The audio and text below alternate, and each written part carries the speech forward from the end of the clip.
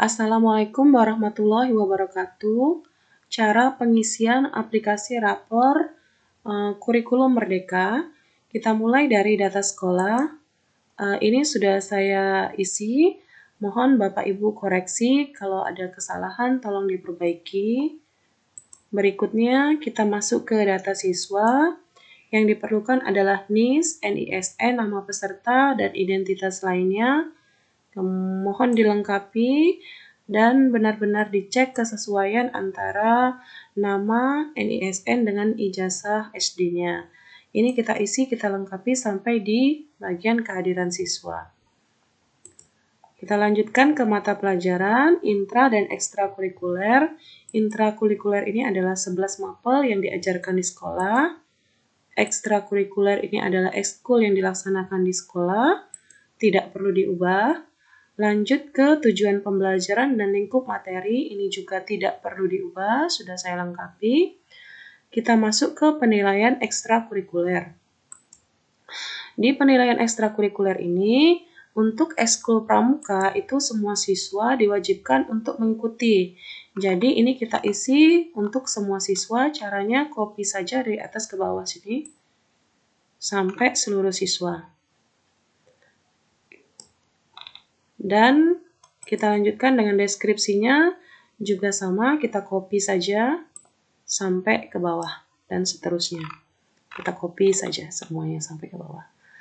Nah, untuk ekskul pilihan yang lain, seni tari, rohis, dan olahraga, kalau memang kita minta datanya dari pembina ekskulnya masing-masing.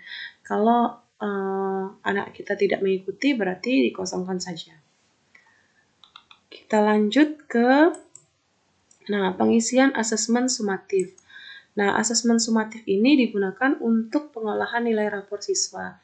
Jadi, untuk nilai rapor, kita minta ke Bapak Ibu Guru yang mengajar mapelnya masing-masing. Seperti ini contohnya mata pelajaran agama Islam, berarti kita minta nilainya ke Pak Bakri. Kemudian kita copy ke sheet ini. Ini untuk asesmen sumatif, kita lanjutkan ke mapel lain, PPKN, berarti minta ke Ibu Nyayu, dan seterusnya sampai ke muatan lokal. Ini asesmen sumatif. Kita lanjutkan asesmen formatif. Nah, untuk asesmen formatif, ini adalah digunakan untuk membuat deskripsi. Nah, jadi deskripsinya berdasarkan asesmen formatif ini. Caranya, misalnya, saya klik ini mata pelajaran agama Islam. Di sini TP-nya sudah diisi, ada 5 TP yang diajarkan pada semester ini. Nah, di sini ada KKTP, ada tampil atau tidak.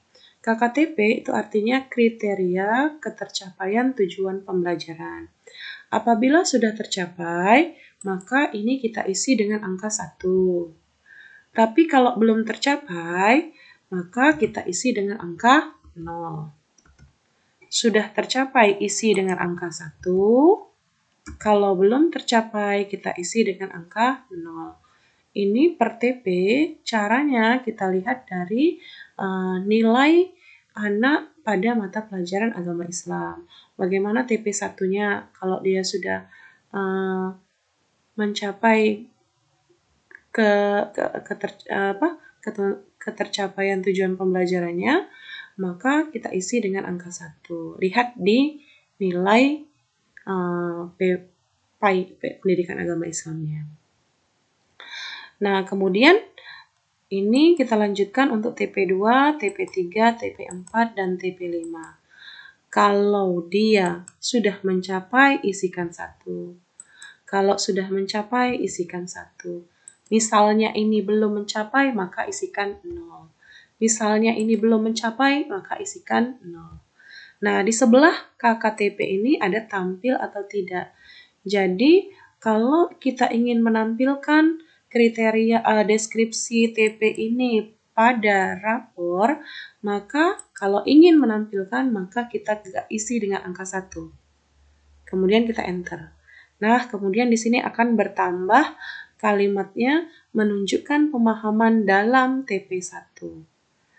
Nah, bagaimana dengan TP2? TP2 tadi sudah mencapai ketercapaian sudah mencapai, maka kita isi dengan 1. Mau kita tampilkan atau tidak? Kalau kita mau tampilkan, maka isi dengan angka 1, kemudian enter. Nah, akan nambah di sini.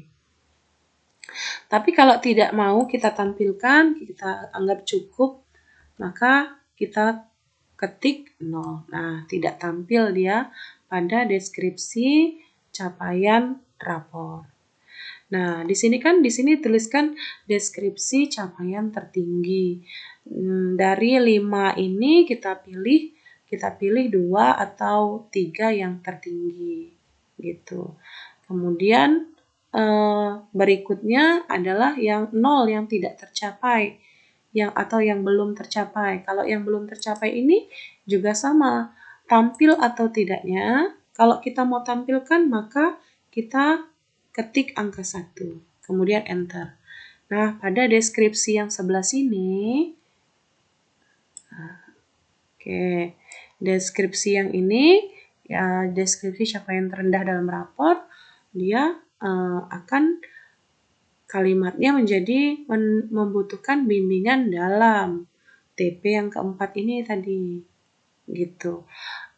TP yang kelima tidak memenuhi, maka kalau mau kita tampilkan, kita ketik angka 1, nah dia akan tampil. Tapi kalau kita tidak mau tampilkan, maka pilih 0. Jadi yang mau ditampilkan atau yang tidak ditampilkan itu terserah kita, bukan terserah ya. Kita lihat dia mana yang tertinggi dan mana yang terendah.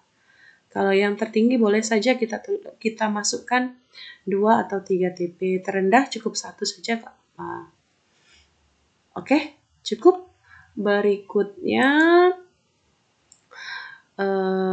kita masuk ke bagian nilai akhir. Nilai akhir ini adalah Legger. Oke, lanjut ke cetak sampul rapot. Cetak sampul rapot ini yang pertama terdiri dari halaman depan, nama peserta didik, kemudian identitas sekolah, kemudian identitas peserta didik. Tidak perlu dilakukan pengeditan, seperti sudah oke. Nah, yang perlu kita edit satu-satu itu adalah di bagian rapor per siswa. Karena di rapor siswa itu deskripsinya berbeda-beda setiap anak, maka ini harus kita edit per anak. Misalnya kita lihat di sini. Nah, di sini kan ini kebetulan sudah cantik ya. Misalnya ini tadi tertulis di matematika ini seperti ini. Nah, ini kan tidak terbaca dengan baik, maka ini perlu kita edit dengan cara ditarik-tarik seperti ini. Nah, kita klik, kita tarik sampai terbaca. Kemudian apabila, nah misalnya di sini tidak, misalnya pada pelajaran PPKN semuanya sudah atau semua TP sudah tercapai dengan baik, artinya tidak membutuhkan bimbingan dalam TP apapun, maka ini boleh kita tarik, kita dekatkan ke sini. Nah, jadi pada pelajaran PPKN, capaian kompetensi siswanya sudah baik pada semua TP, tidak perlu bimbingan. Begitu. Dan seterusnya, sampai ke bawah ini. Nah, terus bagian yang garis-garis putus-putus ini adalah menunjukkan print area yang perlu kita edit nih. Kalau seperti ini kan artinya tidak terbaca ya Bapak Ibu ya. Jadi ini supaya dia terbaca seluruhnya, maka ini harus kita tarik begini supaya bahasa Inggrisnya turun. Nah, seperti ini. Jadi nomor 6. Tapi ini nanti disesuaikan juga dengan bagaimana bagaimana deskripsi yang dicapai oleh anak-anak per anaknya masing-masing. Nah, oke. Dan seterusnya sampai ke bawah, dan ini harus dilakukan satu-satu per anak, kemudian langsung di print.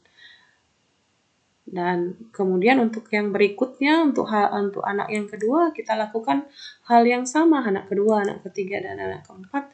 Kita cek dulu bagaimana kondisi rapornya. Kalau perlu geser-geser atau diperbesar atau diperkecil, maka harus kita lakukan satu-satu per halaman. Oke, demikian cara pembuatan atau pengisian rapor IKM. Semoga bermanfaat. Assalamualaikum warahmatullahi wabarakatuh.